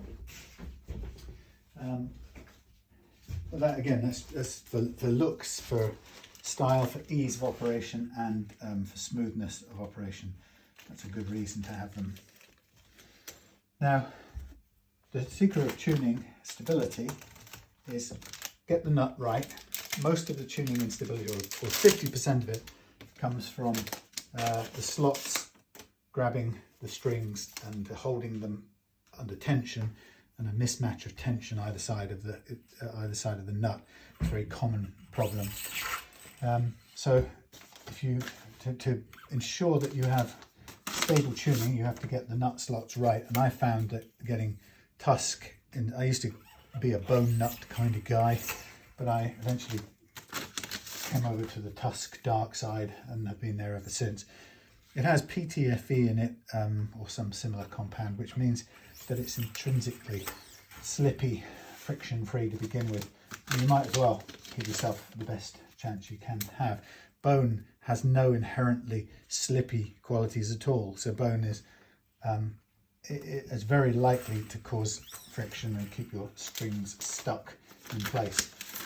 Not only has it got to be the right material, and I recommend tusk, it's also got to be the slots have got to be cut to the right height. Damn it, I caught string in my wound again. It's just a cut on my finger, and it just right to catch a string on the edge of it. Yeah, so the right slots. Now, absolutely ideally, if you can get away without messing with the factory slots on a tusk nut, then that's a great start, because the factory slots are pretty well made, and you might as well start with those molded precisely in a machine in the factory, and consequently they're smooth. But the problem is we have to also get down to the correct first fret action. That's as important as anything else, because you get tuning or intonation, let's call it tuning problems, if you don't set the action nice and low. If it's high, it's not only difficult to play, but it's also now I forgot. I think I took it home, didn't I? Oh, have I got the thing that adapts one to the other? Probably not. Don't need a hex key, I need the thing that connects that to that. Well, it's not critical, I will find it and then I'll be able to finally use that. Anyway, yeah, so tuning is all down to getting that first fret action. Is it all cooled off now? It's all cooled off? Yeah, getting that first fret action right. What you'll notice the first time, if you ever kind of adjust it from a really tall action like this had, the first thing you'll notice is just how incredibly easy it feels to play. You suddenly notice that everything you're doing here, you're not getting tired, and what you notice is that you didn't realize how tired you were before until you aren't anymore. It's that old thing. So getting the first fret action right makes it much lighter to play. In terms of the stringing, I don't know anywhere to put the phone now. In terms of, oh, I didn't start over there, did I? Started up there. Oh, in terms of stringing, pull the string taut, wind it through, put it through the tuner post, hold the string and go over the loose string the first time, and then as you come round, go under the loose string the second time. It forms a sort of locking device. So pull the string through the tuner post, pull it taut, make sure it's seated properly in the block, grip it, pull it back one whole fret's worth, start winding, hold the string under tension, allow the loose string to go underneath the held string to begin with, and then as it comes around again, push the held string under the loose string this time round. And that's gives you as much string on the post as you need, not a bit more or a bit less. So yeah, so keeping your guitar playing and staying in tune. First of all, the nut material, then the nut slots the correct height, which makes it easier to play and also stops friction and stops the notes playing out of tune down here. If the fret slots or if the first fret action is too high, notes played down here will always go sharp because you're having to push pretty hard to get the string down to the fret. So anything above about 0.5 of a millimeter will tend to go sharp, and the sharper it goes, the nastier your open chords, for example, will sound. And you'll never feel like the guitar. Your experience will be you just can't get the guitar to play in tune. You might tune it up, to a tuner or whatever, get it absolutely spot on the tuner, and then you'll sort of try and play something and sing along to something, and it just doesn't feel right. And many times I described it to myself, and others have described it to me, as I just can't get it in tune. Actually, it is in tune. What's happening is the notes that you fret down here near the nut are going sharp as soon as you fret them. And that means open chords, where some of the notes are fretted and some are open, sound particularly horrible, which is what a lot of us will play when we're starting out all the time.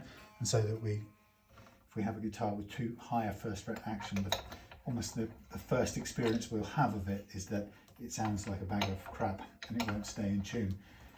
And it's often not even the tuning. Usually it won't also stay in tune. That's a whole different thing again, as I'm talking about here. But the first experience will be that it sounds like it's out of tune, and people will equate that to being out of tune.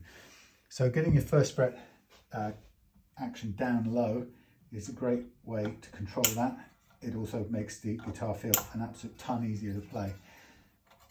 So getting the nut right is beneficial in those ways.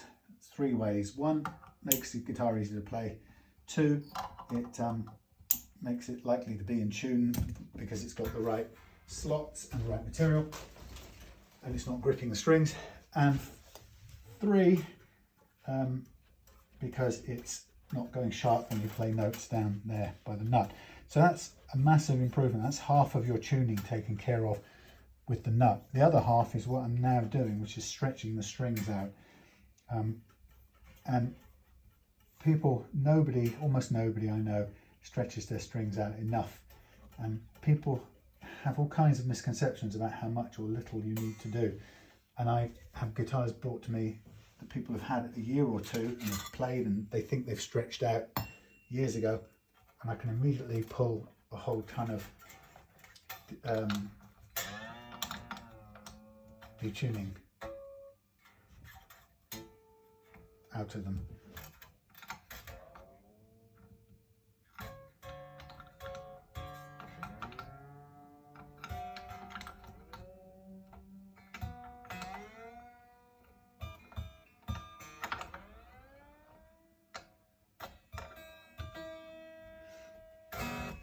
So for stretching, once you've got your strings on, you want to thumb and forefinger. I'm going to be very careful because my fingers got eaten up by the router the other day, so I can't really do this very well. But you want to thumb and forefinger, I can't do it, press them and bend them between thumb and forefinger as much as you can. And every time you do it, you'll notice it's very likely that as you do it, the guitar will go out of tune again. And you basically have to keep doing this until the guitar won't go out of tune anymore when you stretch it. And when I say stretch, I mean this sort of deliberate stretching and a whole bunch of bends and stretches as well. So you're just getting out all of that slack that exists in the system, and you tune up again.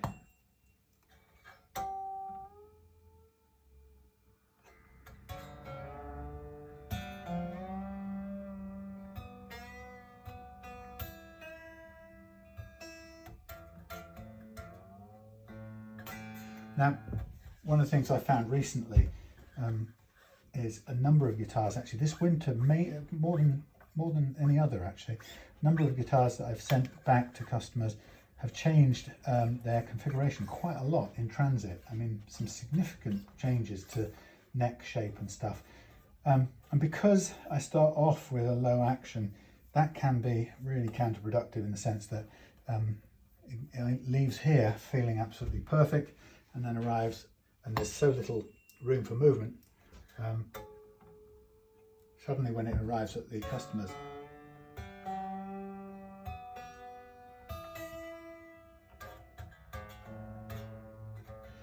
it seems to have changed. One of the things I noticed when I was talking to a customer about one of the last ones is that one of the telltale things is that it had, the first thing he said about it was that it was out of tune, way out of tune, which is not uncommon for things to be out of tune after a journey. But particularly since I'd stretched it out quite thoroughly, to hear how far out of tune it was unusual. So that told me something. And then it was buzzing and yeah, with kind of fret slap. As you know, buzzing, fret slap more than anything. So, you know, it was, first of all, it was kind of, oh no, that's terrible, you know, sorry about that. And then let's try and figure out what's gone wrong. So I worked it out fairly quickly, that, you know, and the detuning was the first giveaway. For the guitar to detune that significantly during transit, it has to, the neck, basically, the main way that happens is that the neck has changed shape. So if it bows or has a bigger relief, then it means that the nut and the bridge sort of come very slightly closer together, and the tension on the strings is reduced. Which so if it's detuned, it tells you that's probably more likely what's happened. Or if it's the other way around, that it's gone. I think he said it had gone sharp.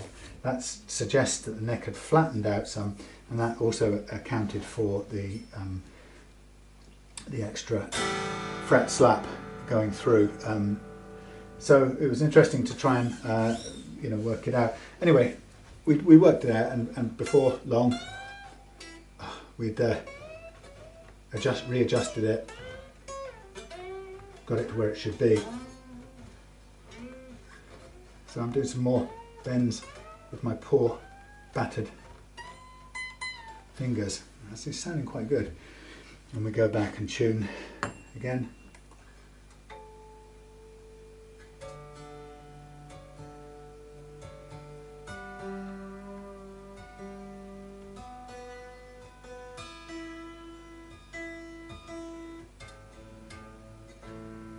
Close to there.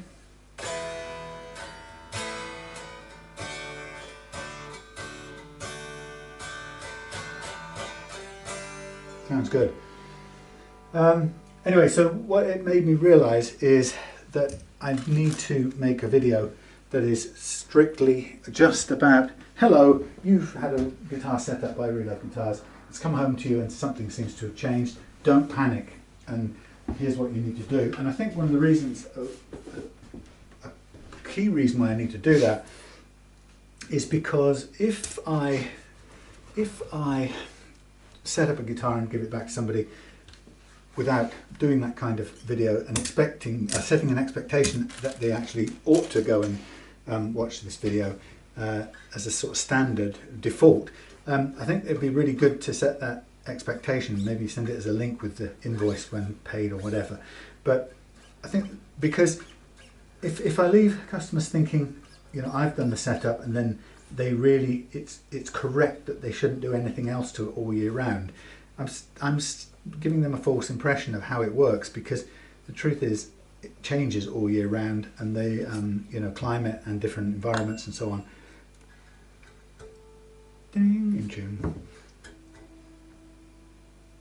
The climate tends to different environmental factors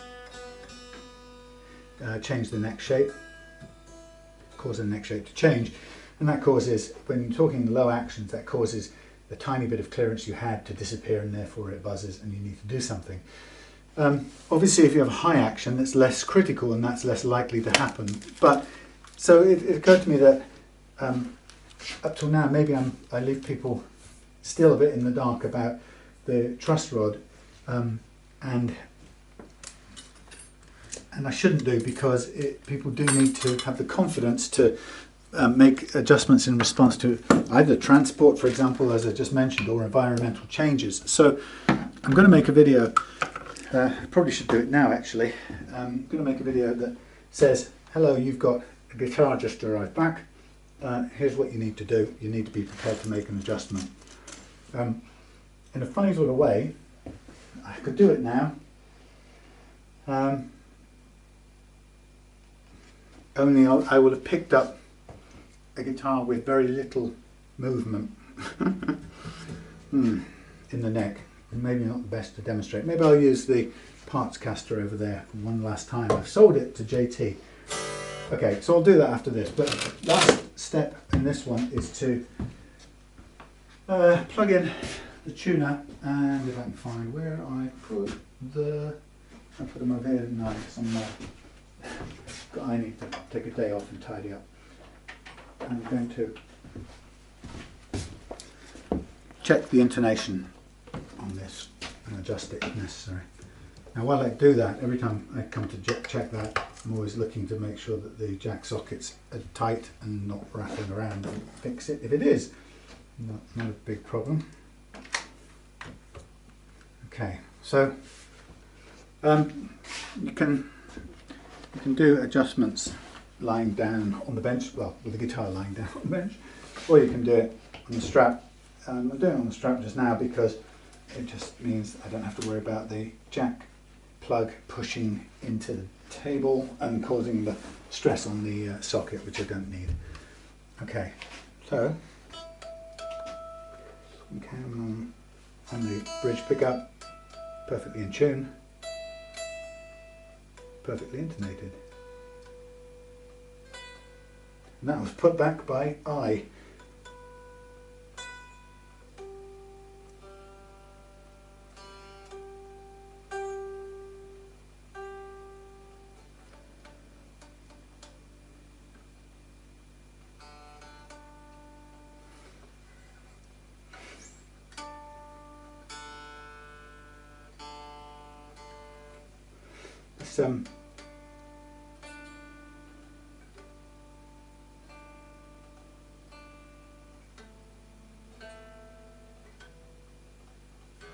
This intonation business is sometimes misunderstood. That's spot on. That was good. Eyeballed that one. Yeah, the intonation is a distance, matter of distance. Each string has its own appropriate length, slightly different from each other, and away from a standard scale length, which is a sort of nominal measurement to which the guitar is built in a factory. but the individual scale, the individual length for each string has to be a very slightly different length, and that's really because of the different construction and different thickness of the strings. So each one has its own distance. You tend to find on 3 plain and 3 wound strings, you tend to find this staggered pattern of the shortest one of all is the low G, or sorry, the shortest on here, but the longest string is the low G. The next longest is the low G, low E. Next longest is the A, next the D, and then the G steps back from the D and comes forward to the E, which is the shortest of all. So it's 2 groups of 3 with a little kind of shift between them. So the D is always forward of the G in this direction. If you find that your guitar intonates differently from that, it's usually something's wrong with the string, and it's hard to, you can't really look at it and tell what's wrong with it, but it'll tell you something's wrong because the intonation, let's say for the G, will be miles forward of all the others. Everything else will be in that sequence, and let's say the G, for example, will be out, the only one out of that sequence. My advice in that situation is to throw the string away and put another one on, and it will pop back into the correct sequence. There's no mystery about it. This is what you will get every time for 3 plain and 3 wound in a typical electric guitar string, typical Ernie Balls or Dodarios or rotor sounds or whatever. If you get anything else, there's something wrong. And you often see guitars for sale either with these all in a straight line, and it's always funny because somebody who says, you know, expertly set up, and all the saddles are clearly in a straight, neat line because it looks neat, but it's clearly not been set up because every string has a different length and there's no bucking that system. It's how it is. Anyway, okay, that's it. That's this one done. We've got everything we need to know. The only thing is we don't have a tremolo arm anyway. There isn't a spare one here, so even if Simon wanted a replacement, we can get one probably. But it's I know for a fact it's going to be a small one, so it's either a 5 or even possibly a 4. I don't think there's a 4 one, but it's not a 6, that's for sure. So we can have a look and get one if he wants one, and then we can set the range of tremolo later. But as it stands right now, that's this done. Very nice new tusk nut, fitted in perfectly. Actually, I'm very pleased to say no adjustments really needed there. I don't want to make any. That's good on you, Yamaha, for a change. Yeah, new lower action, absolutely miles lower at this end. Checked over the electrics, cleaned the bridge, put some felts on here, fret leveled it, got rid of most if not all of the fret slap that it had there before, so the whole thing should be great fun to play and should stay and play in tune. So there you go. Thank you very much, Simon, for bringing it over. Hope you enjoy it. The good old Yamaha Pacifica in natural wood colours. Right, onwards to make that other video while I'm still in the mood. I seem to have... what's happened to my recording thing? Have I run out of space? I've got a horrible feeling I didn't record any of that. Oh my lordy mercy. Well, such is life, eh? Let's put this on record. We'll try this again. You any chance you're actually going to record? I'm sure that thing recorded before. Let's put this up here. I'm going to need that thing. I can't see a damn thing. Can't see. Well, I suppose I have to look at me first, don't I? That's not very good. Maybe I'll talk to the. Let's begin by talking to the Sony. I'm going to look down. Right. Okay. There's our guitar. We'll talk to the Sony.